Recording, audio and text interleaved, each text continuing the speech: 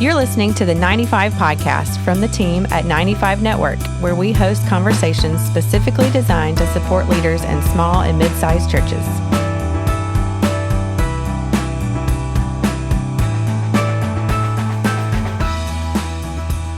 Hey, everybody. Welcome to the 95 Podcast. I'm Dale Sellers, Executive Director at 95 Network, and I'm so excited today to have my friend Chris Willard on the podcast. He lives in Orlando, Florida. And I met Chris through a mutual friend named Jim Powell. Jim actually founded 95 Network many years ago in 2014. And then at some point felt led to step away and turned it over to me. And so from time to time, Jim will send us guests that he thinks would be a good fit for our podcast. And so we have Chris with us today. Chris, how you doing, bro?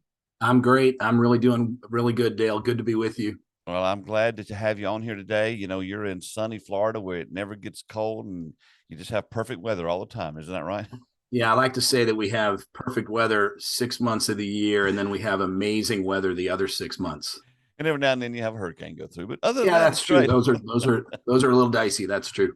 Oh, me. Well, I tell you what, we're excited to have you. I'm excited about what you do and some of the things we're going to talk about today. But before we get started, let's take a quick break, and then we'll be right back. Thank you so much for just being a listener at 95 Network. And I did want to say to you, if you are a pastor or a leader in a church, there's a couple of things we've created on the website called a healthy church survey, that we've created to help you if you are pastoring a church or leading a church and you want to kind of develop more in your strategic aspects. And then we also just created something to help you personally called this Soul Care Essentials. And if you go to 95network.org, you can see these two surveys, especially now with just this season we've been in with pastors. I think the Soul Care Essentials will be really good for you. A lot of really good material there to help you. And in fact, Chris, why don't you take a few moments and tell us a little bit about your ministry, and then I want to kind of get your feel on how you feel pastors and leaders are doing in the church today. But tell us, who is this Chris Willard? What's your story? Yeah, great. I won't give you all the boring details, but I've been doing ministry since I graduated from college. I believe it or not, I met Jesus at the University of Massachusetts. Wow. Was he up there back then? Bro, a lot of people didn't even know he was there. And there he was right on campus. I'm just kidding, man. I'm actually going to be in close to there in Bristol, Connecticut, doing a vision day later this fall. So the Lord's doing a work in the Northeast, but it's a tough place. I will say that. Yeah. When I left college, I joined the staff of Campus Crusade for Christ, now called Crew. Mm-hmm. Did that with my wife, the fabulous Susan Willard, for almost 20 years. And then we went into church ministry and I became an executive pastor. And since then have been working specifically and extensively with churches. And what I do essentially is I work in an organization called Elevate Group, mm-hmm. and we, which I founded along with a good friend of mine a couple of years ago, and we help churches in the whole area of generosity and stewardship and giving. We just feel like it's critically important that we not only generate the resources required to do the ministry that God has called us to do, but that we see stewardship and generosity as a fundamental part of spiritual formation. It is. I mean, frankly, if you said to me, what's it like spending your whole day helping churches raise money? I'd think, I don't want to do that. But if you tell me what's it like helping churches every day disciple people in this very important part of spiritual formation, which also helps to generate the resources that we need to do ministry, I'm in for that. So absolutely. So that's what we do. We work with churches big and small all over the country and help them either build out a comprehensive strategy for generosity and stewardship in their church, or many times what a church will do, Dale, is they'll call us when there's some big project that they're getting ready to deal with, like, hey, we're gonna buy our first building or renovate our first rented building and move into that deal, or we've got an old historic building and we're gonna renovate that thing and we need to raise some additional dollars. And so it's at that point when often a church will call us and bring us in and help them put a plan in place. That's cool. Has that slowed down in the last couple of years as far as like building and renovating and all that kind of thing? Because of the pandemic?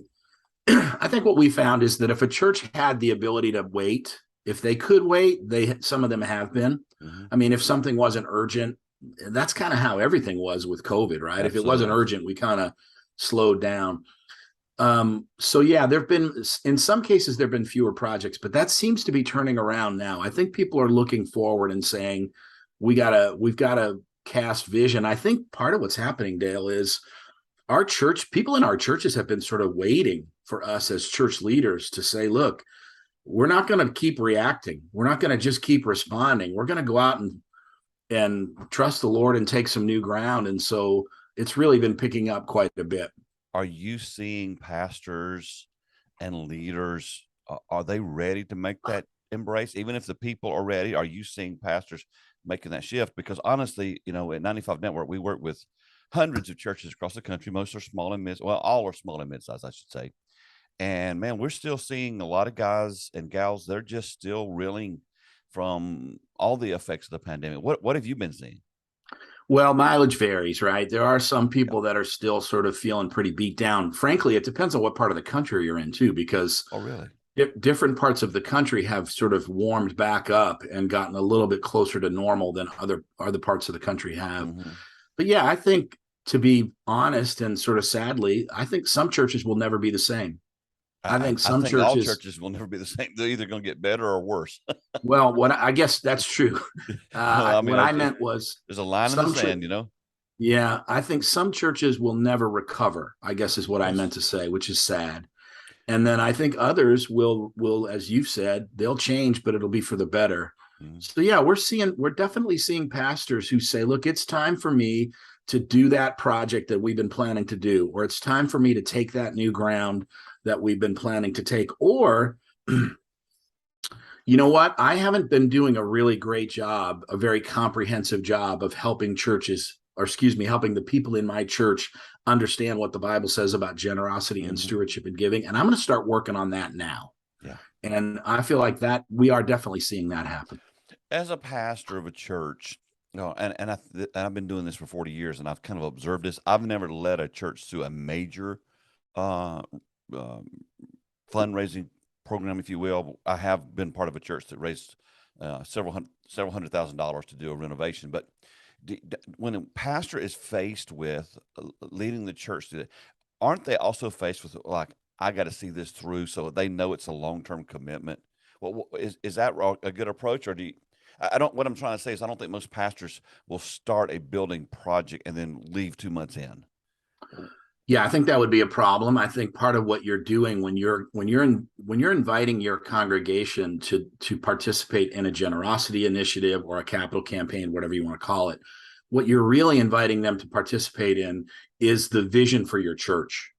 Like, hey, this is where we're going. This is what the Lord's doing. This is, because if it's just, let's just build a building, then I'm out of here. Sure. Well, there's no vision to that. So yeah, if I get a whiff that, hey, a pastor is, we're working on a campaign with this guy, or he wants to work on one, but he's already thinking about taking another call somewhere else, or he's going to hang it up, then I'm going to counsel him to probably not do that project, because it'll be a fundraiser. It won't be a vision casting initiative in that case. We've got some other friends who are in your space as well, and it's very cool to me that you're all kind of focusing on not just raising money for capital to build buildings, but you're also focusing on helping churches understand stewardship.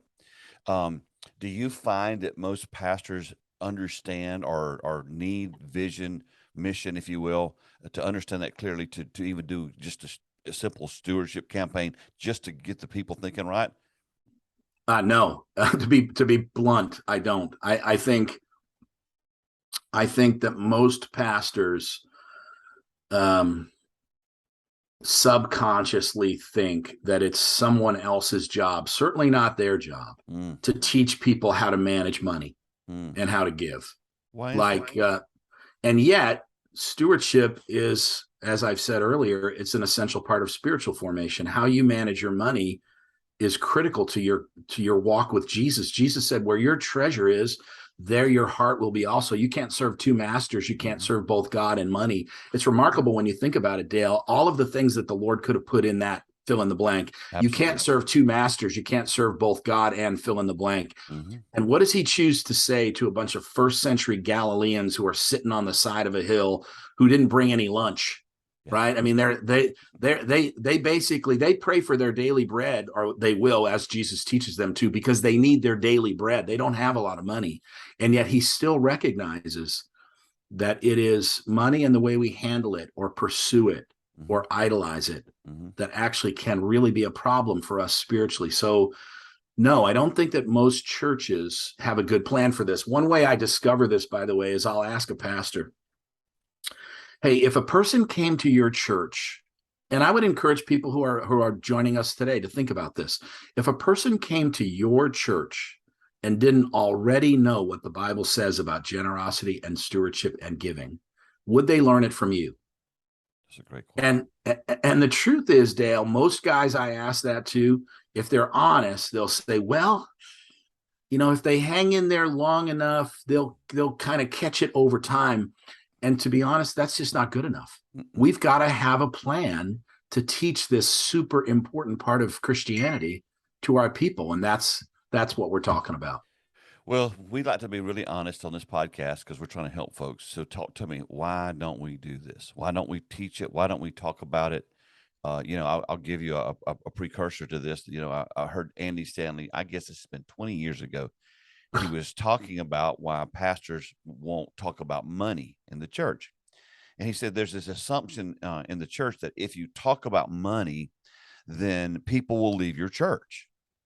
And so you naturally take the opposite to be true if you don't, that if you don't talk about money, people will stay. And Andy said this, he said, listen, everybody's going to leave your church at some point. They're either going to move away, change churches, or die. So for you to make the assumption that just because you don't talk about money, people won't leave, that's a fear mentality. So kind of dive into this. Why don't we feel comfortable talking about money, or why don't we not feel implored to talk about money? Because like you just said, it's a very important principle. Well, I think you nailed one of the reasons, right? We're afraid of what people will say, how they'll react. And that comes from a variety of places. It could come from that basic understanding that if I talk about money, people will leave. Yeah. But it's also sometimes related to my own, as a pastor, my own personal hangups or history with regard to money. So, some of us, we're just uncomfortable with the whole topic. We didn't frankly go into ministry to make a fortune, right? Yeah. Like that wasn't what motivated those of us that are still doing it and still faithfully serving the Lord. Didn't do it to get rich. You right? mean we're not going to get rich at the end of this thing? Well, I don't know, bro. I feel like the Lord's taking care of us in the end, but the end is not right now. And I have to be honest. I mean, the Lord is taking very good care of Gina and I, but it's been 40 years of struggle pretty much. Yeah, no, I get it. Yeah. And so sometimes that hang up, that sort of personal kind of anxiety or issues that we might have with money leaks out as people are speaking or preaching or not speaking or not preaching. I think another reason why we don't talk about it is we don't have a model for how to do it in a way that doesn't feel like fundraising. Like we just don't want to be that guy who's up there just trying to, sell the next big vision and kind of cash people's checks. And so because we've never seen it done well, we don't really know how to follow it and do it wisely. I think there's a number of things that can keep us from pursuing this. And I think what I've really tried to do with churches over the years is try to get to know the leadership, try to get to know the church and find out what's going on there and help them build a strategy that works for them. I've been in ministry 40 years. I just turned 60. And so I have that segment of time as a point of reference. And I think one of the things that I have seen in my lifetime is when the prosperity message came along. And so I know pastors don't want to talk about money because they don't want to be misunderstood as, preaching the fallacies that exist in that particular way of communicating. But it seems to me that even before the prosperity message came along, that even back in the day, people would not talk about money in the church very much. Has that been your understanding of church history, or what's your take on that? Well, actually, it's interesting. You and I are about the same age. I'm a couple of years younger. And when we entered the ministry, the world was blowing up. The nightly news was full of pastors and ministry leaders who had gilded, air-conditioned dog houses, and Yes. it was foolishness, right? So Yes. we have to admit that some of that stuff was just burned into us. Yes. And so it's hard to outgrow that. Yeah. But I will tell you this, I think actually this idea of a fear of talking about money, a fear of preaching about money is not really, is sort of a new idea. Is it? Bro, I don't think it's always been the case. In fact, now I don't recommend this. I think this is a bad idea, but it was not that long ago in the American. Listen to the 95 Network podcast to learn bad ideas. Okay, this is good. Here's a bad idea. Here's something not to do, but was done commonly in churches in America, which was to publish the actual giving records of every member of the church. Some of that. I have seen that in the past. Now, I don't think that's a great idea right now, but what that reveals is that there was once a time when in America, Christians did not consider their money issues to be private. Sure.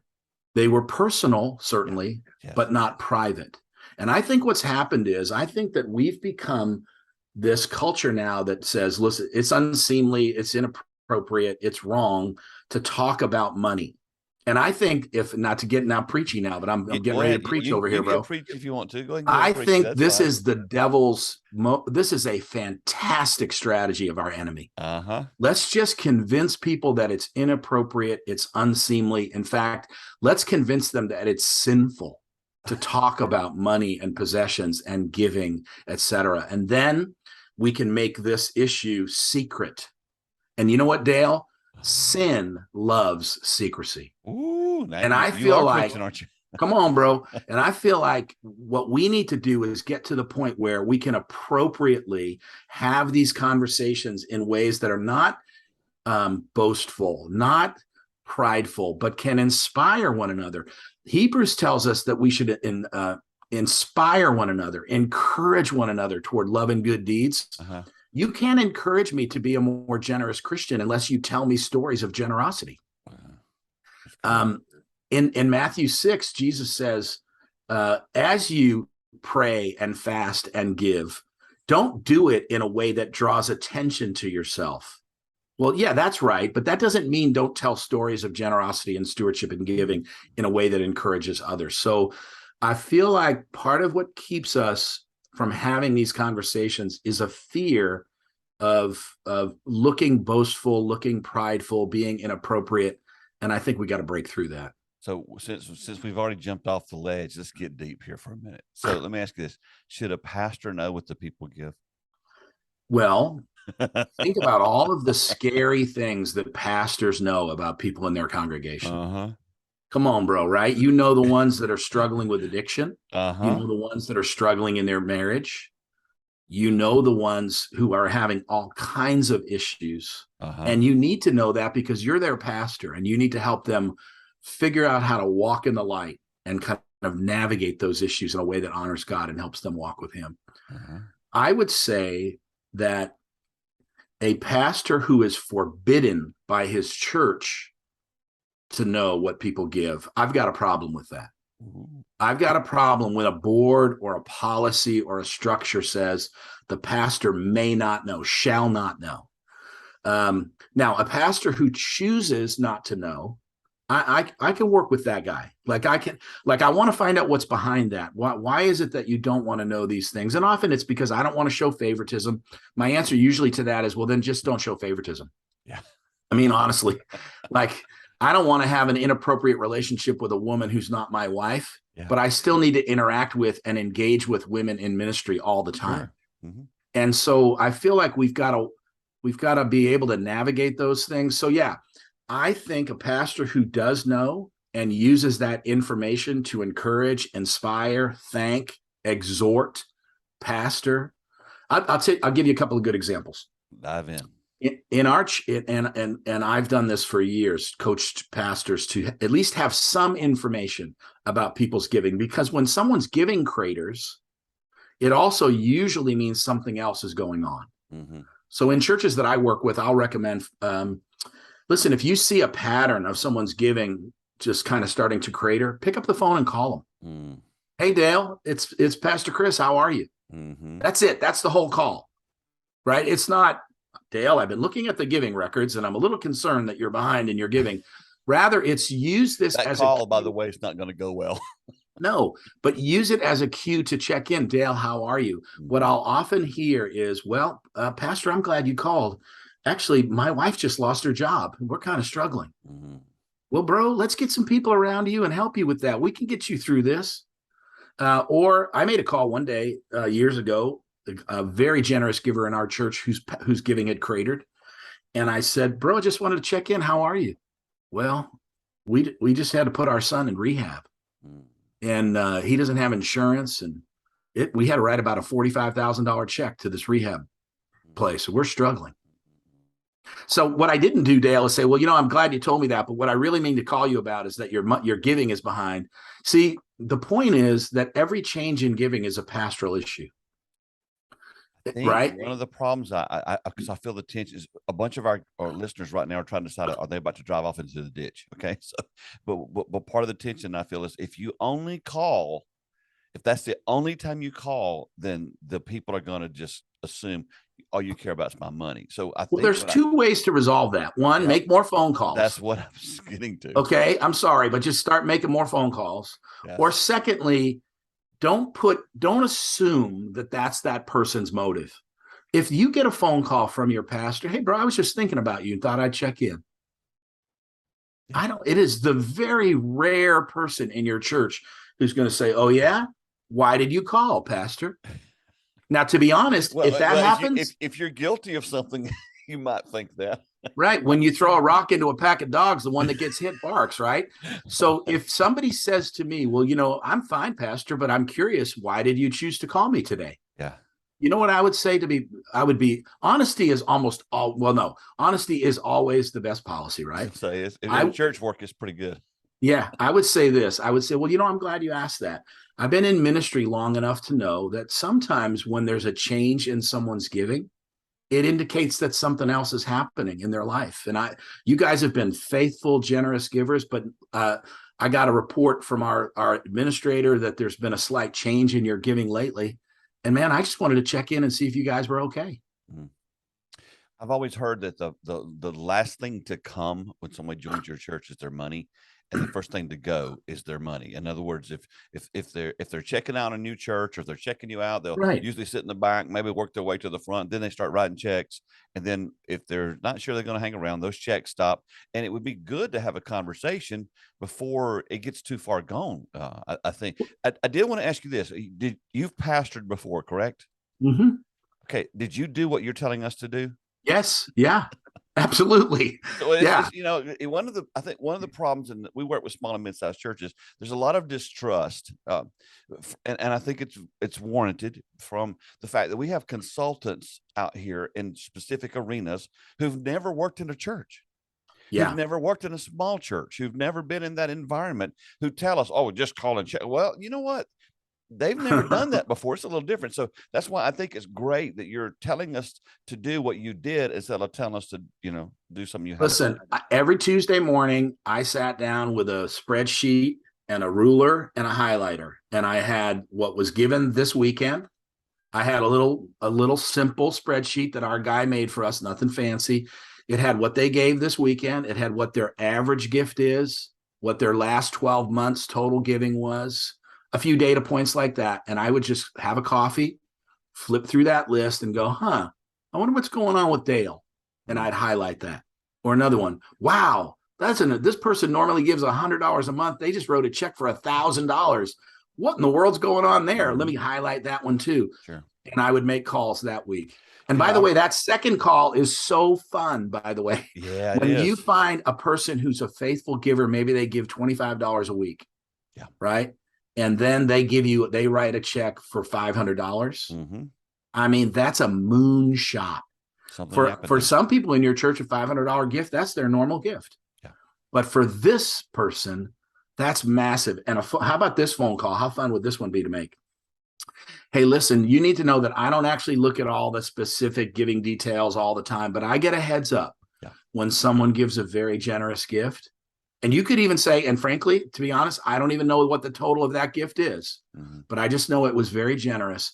Dale, what in the world is God doing in your life that caused you to give that gift? Yeah, that's good. I mean, as your pastor, I just want to know that.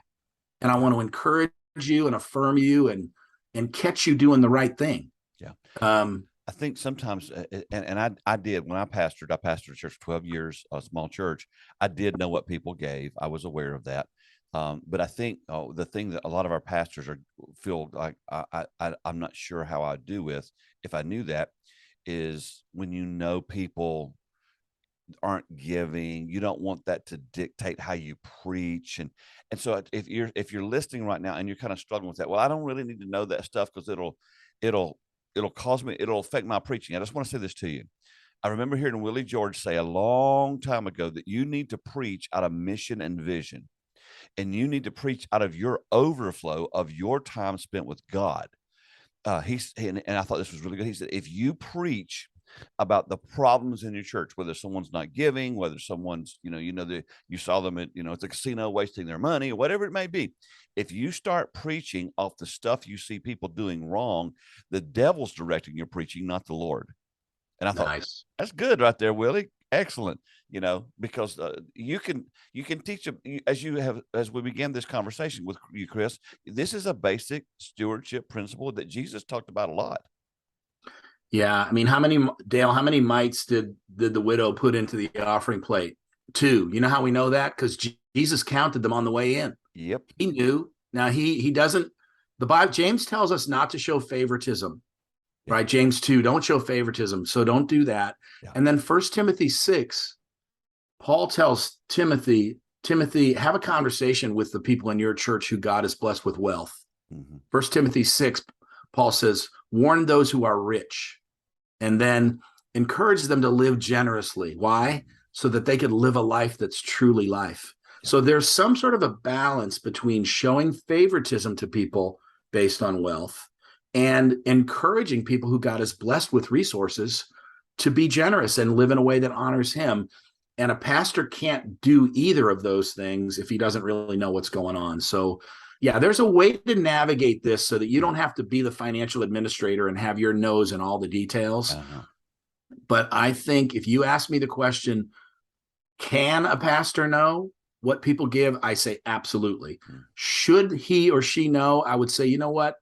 That's something that I guess that's a decision that they can make on their own. They need to be mature enough is basically what we need to say. If you're mature enough, you can. But if you're going to hold it against people, you probably have deeper issues. Let me say one last thing about this because I don't want to belabor it. But I worked with a small church in Pennsylvania years ago, and they had a strict policy that the pastor was not permitted to know what people gave. Mm-hmm. Young pastor, kind of first time as a lead pastor. And he was being managed by his board. Yeah. And so I'm in this meeting and we're having this conversation. And there was a woman on his, one of the trustees who was emphatically pounding the table that it's not okay for someone to know what, the pastor to know what people give. So we leave the meeting and I'm talking to the associate pastor. He kind of operated like the executive pastor. He kind of ran all the organization, right? Mm-hmm. And he said to me, how we have this policy about how pastors aren't supposed to know what people give. I said, yeah. He said, well, bro, it's impossible for me not to know. Yes, like I see the checks, mm-hmm. I see the stuff. Mm-hmm. And he said, and that woman doesn't give. I knew you were going there. I knew it. I knew it. It just makes me crazy. And I said to him, well, it's a good thing you didn't tell me that before the meeting because I would have had a whole lot of fun with her if I had known that bit of information.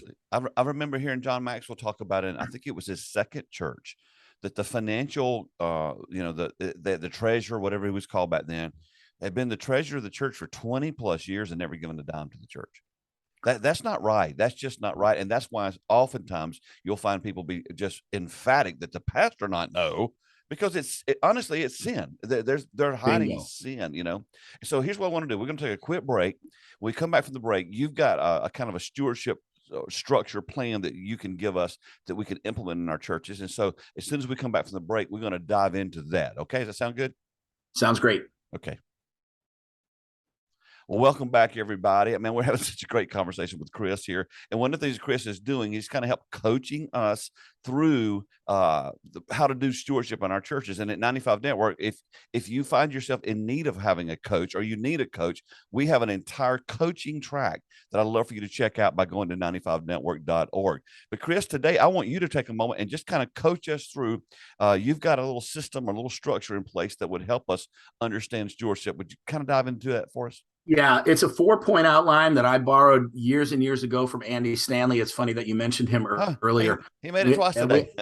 We all like to borrow things from Andy. I think he has a God-given gift of being able to make things memorable. Yes. And what I discovered a number of years ago is an outline that he used, and I've been using it ever since, on how do you actually create a culture of generosity and stewardship and giving in your church? Mm-hmm. How do you actually elevate generosity and stewardship and make it something that people understand?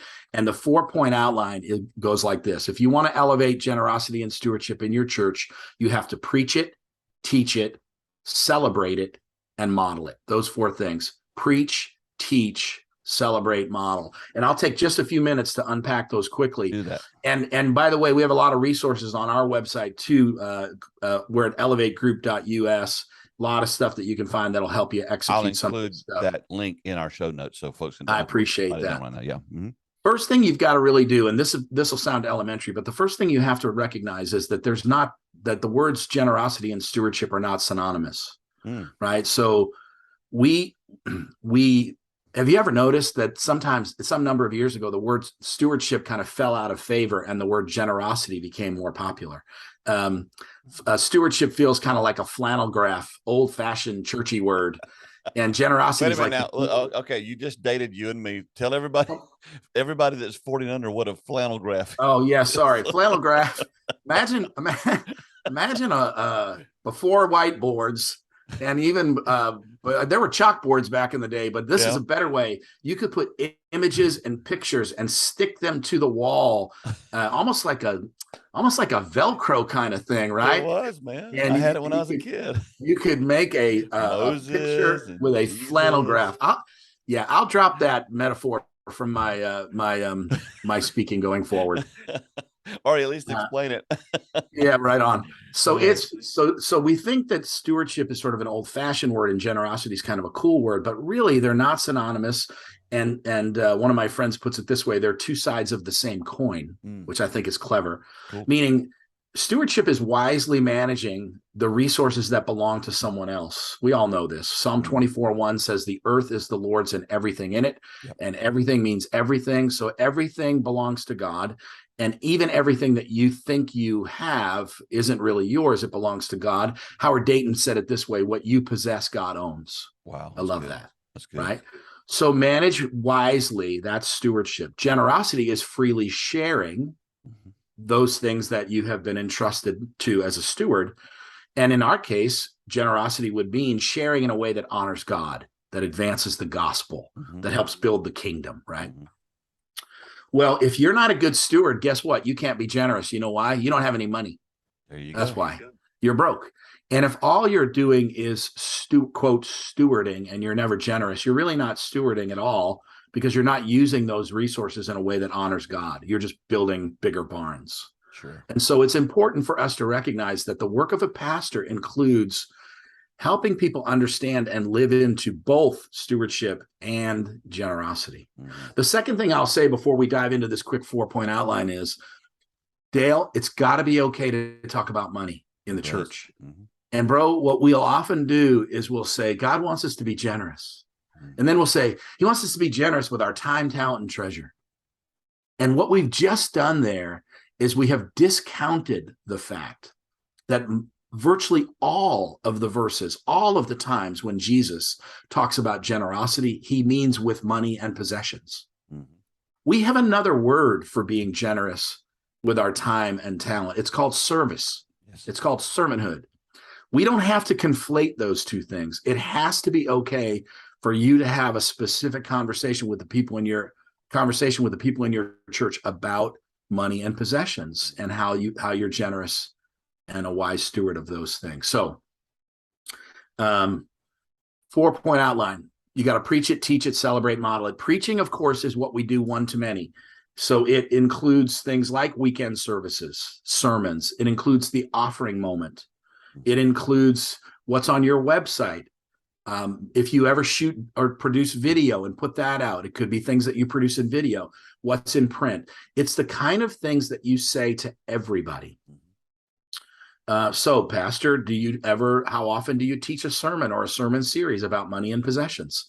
How often does how a Christian deals with money and possessions show up in one of your sermons as an illustration or a main point? Because if it's not showing up, you're not preaching generosity and stewardship, which is something that people need to hear. The other thing that's critically important is the offering moment. Now, we had this weird thing happen with COVID where some of us radically changed the way we handle offering. We stopped passing a plate, maybe. We started putting boxes in the back. All of that is fine. The point is not how you physically collect the money. Because a lot of people give online now, they automate their giving. That's totally cool. The point is, do you take a moment every time you gather to encourage, inspire, teach, exhort, thank, use the scripture, tell stories about giving? The offering moment, the preachers don't like when I say this, but here it comes. The offering moment, God's people physically bringing an offering to worship, that is a 5,000-year-old idea.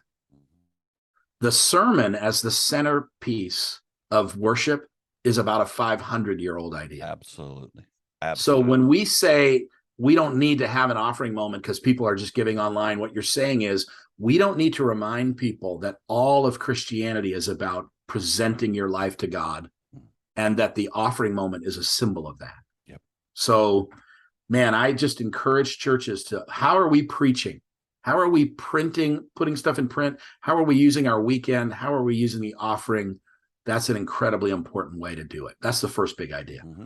The second one is, how do we teach generosity and stewardship? Again, to borrow something from Andy Stanley, he said life change happens in circles, not rows.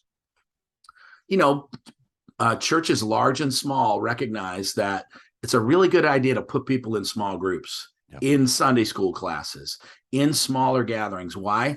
Because that's the place where people can really engage the content, can really engage one another, can be encouraged to really grow. And so we need to think through, how are we using the circles in our church, whether they're small groups or Sunday school or home fellowships or whatever you might call them. Mm-hmm. How are we using those to encourage generosity and stewardship? And there's a lot of good tools out there that people use, classes. Mm-hmm. Remember Crown back in the day? Crown was this wonderful class on generosity and stewardship.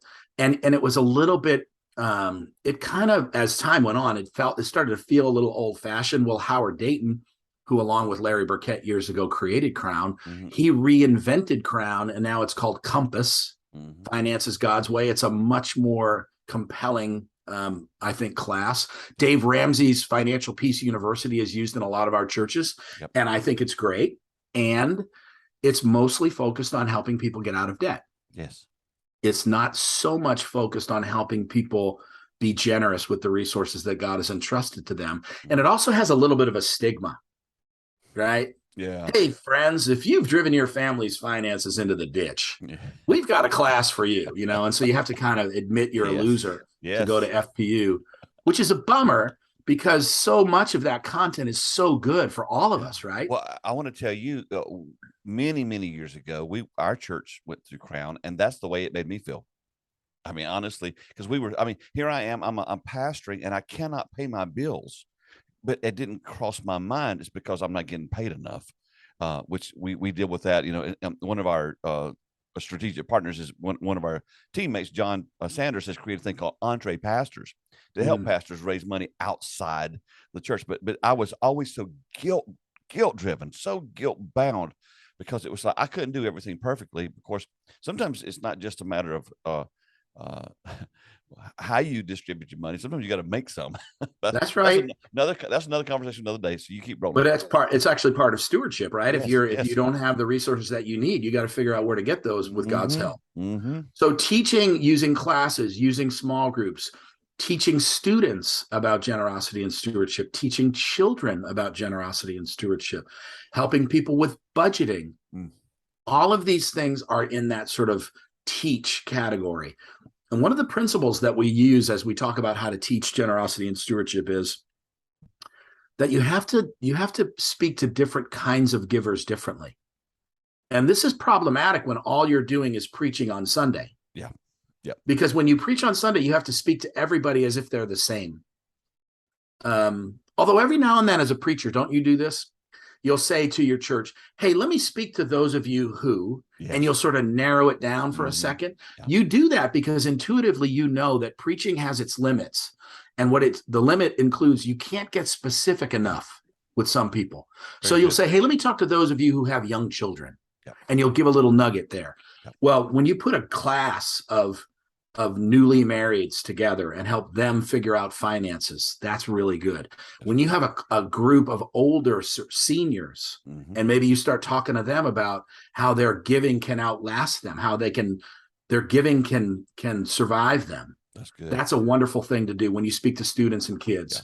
All of that is important. That's about teaching, getting more focused. Okay, what's the third point there? Third one is about celebrating, which is telling stories and saying thank you.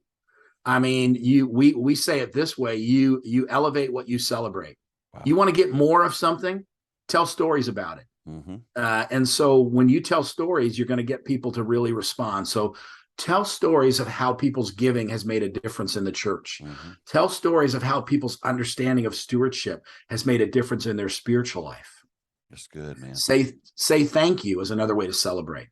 You know, the church, Dale, the church is the only place in America where you can give a gift and not get a thank you. It's really wild. It's crazy. About that. And imagine our moms who taught us to say please and thank you. They must be like, come on, son. Come on, boys. Say thank you. Yeah. So when someone gives a gift, they should get a thank you. When someone gives a gift that is unusual for them, say thank you. And keep in mind, Pastor, when you discover that someone in your church gives a gift to a ministry outside of your church, that's great. Say thank you. It's great. Yeah. Say thank you. That's generosity. Amen to that. So by the way, you're going to need data. You can't celebrate if you don't have data. True. So this is why you got to look at some of this stuff. Now, you don't have to be a nerd and have your nose in the giving data all day long, but you can't thank someone if you haven't seen the data. Absolutely. It's important. What's the fourth point? Fourth one is model. You got to show people what it looks like. Okay. How do you spend money? How do you save money? Are your staff engaged in this? Again, you may not have a huge staff. Maybe you've just got a handful of people on your team. That's fine. But if you have in a small church space, a lot of times they're volunteers. Exactly. Yeah. And I'll tell you what, if you have any key ministry leaders, staff, or volunteer staff that are not generously giving, you've got a problem. You do. So, and again, I'm not saying you got to have some artificial standard. If you don't give above X, you're out kind of thing. But I need to know that the people that are helping to lead this church are modeling generosity and stewardship. And so good. This is where, again, data helps. Yeah. I may say to our financial administrator or to a trusted senior leader in our church, could you look at the giving records and can you let me know, do we have any staff or key leaders that look like they're stuck? And then the conversation would simply be, hey, Dale, I think you know that we really believe that generosity and stewardship is important. Yes. Can you tell me, where are you in that? Like, where are you? How are you doing on that? Like, it doesn't have to be an accusatory conversation. Sometimes people are going through difficulty and they're too ashamed to talk about it. And that can actually open the door for a conversation to let you know, hey, they need help. You know, sometimes we had a situation once where we asked a young woman who was on a staff team, hey, it looks like she wasn't even giving based on what her income was. And her husband had a real job and all that. Yeah. What we discovered was that she and her husband were in conflict. And she's like, man, I know we should be giving more, but he doesn't want to. And what do I do? Yeah. And so now you can have a conversation where the three of them can work something out and get unstuck. You're not doing anyone a favor by letting them continue to stay in this kind of secrecy. So you model generosity by having your leaders engaged in this. Generous churches are led by generous leaders. That's just the truth. I've said for a while now, I really believe, I know the last 2 years have been so difficult, but I really believe we're at the precipice of a great move of God. And if that is going to happen, generosity is going to be part of the front runner, if you will, of it. So here's what I want you to do. You and I could talk all day. And so I'm going to give your information in the show notes so people can connect with you, because here's the thing. Pastors are overwhelmed right now. We're telling them, okay, here's another thing you got to do. How can we prioritize as a leader, making stewardship one of our major focuses when we've got so many other irons in the fire? Can you speak to that as a pastor? Yeah. Wow. Well, it's hard. Listen, the guy who focuses on generosity thinks that generosity is everything, right? The guy who focuses on whatever the topic thinks I get that this is only one of the things that you need to do. But it's important. I also understand that in small and medium-sized churches, you've never, and you may never, ever have all of the resources that you need to do the ministry that God has called you to do. You don't have all the people that you need. You don't have all the money that you need. Here's what I would say. Take some steps in the right direction on this topic. Yes. Start preaching it more. Start teaching it more effectively. Tell some stories and say thank you. Yes. Have a conversation with your staff, because any progress in this area is good. And in fact, Dale, I would say a good benchmark would be some number of months from now, maybe a year from now. I hope that everybody who's listening today, someone in their church will say to them, "Hey, Pastor, it feels like you talk about money and giving more than you used to." Mm-hmm. And I hope that happens. And I hope that a pastor's answer could be, "I am so glad you noticed that." Because the Bible says where your treasure is, there your heart will be also. And I'm your pastor and I care about your heart. It isn't, "Yeah, I'm glad you noticed that because I'm really trying to squeeze more money out of you people and raise as much as we can." That's not it. So yeah, take small steps, take some steps in the right direction, cherry pick a few of these things that I've talked about and try to put them in place. And I think that can make a difference. I think you're going to have to do this. Some of you are going to, I can't do it. I'm not comfortable. I think you're going to have to do it again, because one of the discussions we've had here at 95 Network is these next generations coming up haven't been taught stewardship. They haven't been taught how to give to the church. They do give to causes, but they haven't been taught the basic fundamental principles of stewardship, and especially being mission and vision driven. And so this is not going to go away. This is not a topic you can avoid and just go, "I don't want to deal with that." Today, we have hundreds and hundreds of small and mid-sized church leaders, guys and gals that are leading their churches. If you could sit down with them and had 5 minutes with them, what's a word of encouragement or advice or just wisdom that you could share with someone today as we wrap up this podcast? Yeah, I think it would simply be to not give in to the fear that may be holding you back from leaning into this important part of what it means to be a pastor.